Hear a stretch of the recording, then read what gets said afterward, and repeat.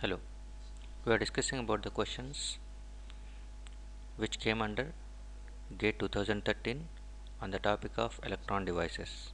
We are discussing about the 1 mark questions first. This is the third 1 mark question in the series. And please refer www.egate.ws for other video solutions on all topics. The question is, in a MOSFET operating in saturation region, the channel length modulation effect causes A. An increase in gate source capacitance, B. A decrease in transconductance, C. A decrease in unity gain bandwidth product, D. A decrease in output resistance. Once again the question is, in a MOSFET operating in saturation region, the channel length modulation effect causes. The right answer for this one is D. A decrease in output resistance. Channel length modulation will decrease the resistance at the output side whenever MOSFET is under saturation. We will see the reason behind this. Generally, we assume that drain current is constant under saturation region. That is true when the channel length modulation effect is neglected. Channel length modulation effect is modeled with the parameter lambda. This is what? With the parameter lambda. Lambda is treated as channel length modulation parameter. If it is neglected, lambda value is 0. If it is considered, lambda is not equal to 0. If lambda is 0, at that time ID is only function of VGS. It is not function of VDS. Since lambda is equal to 0, this term will disappear. So by that time ID is constant, it is independent of VD term whenever channel length modulation effect is ignored. But as the channel length modulation effect is considered, at that time the saturation current increases as VDS increases.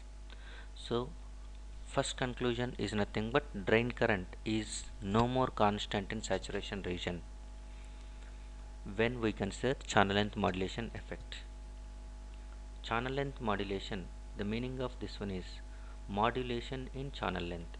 We assume that channel length is L, but the channel length is L physically, but practically under saturation the effective channel length has been reduced as VDS increases.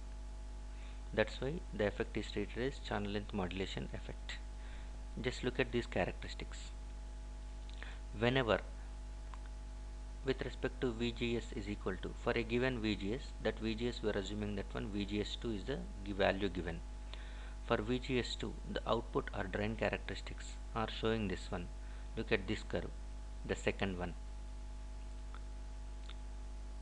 Whenever lambda is equal to 0, that is whenever channel length modulation is neglected, by the time ID is treated as constant. It is going to be constant even though the drain voltage increases. Drain current is constant even though the drain voltage is increases when channel length modulation effect is neglected.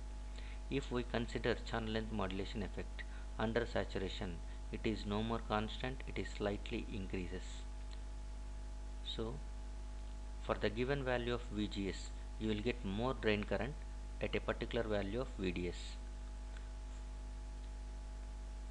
At a particular value of VDS, if we consider channel length modulation, you will get more drain current than the drain current without channel length modulation effect. From this one, we can conclude 4 important points. First one, transconductance increases. Transconductance is indicated with GM. GM is equal to dou ID by dou VGS. Dou ID by dou VGS, for a given value of VGS, ID increases as VDS increases.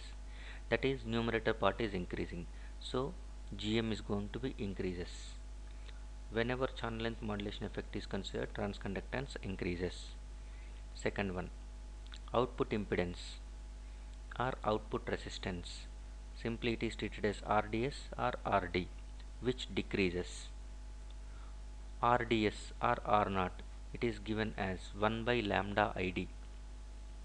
So because of channel length modulation, ID is going to be increasing. Since ID appears in denominator, definitely R0 is going to be reduces. channel length modulation effect causes ID to increase, so that R0 is going to be reduces. So output impedance decreases because of channel length modulation effect. Gain bandwidth product will remain constant. So no effect of channel length modulation, gain bandwidth product is always constant. Fourth one, CGS and CDS under saturation.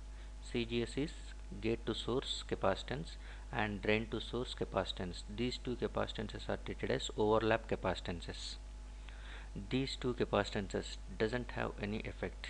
They will be remain unchanged even though channel length modulation is considered or not considered. So the correct answer for these things: transconductance increases, output impedance decreases, gain bandwidth product remains constant, CGS and CDS doesn't have any effect. Out of all these conclusions, the correct answer is decrease in output resistance. Thank you.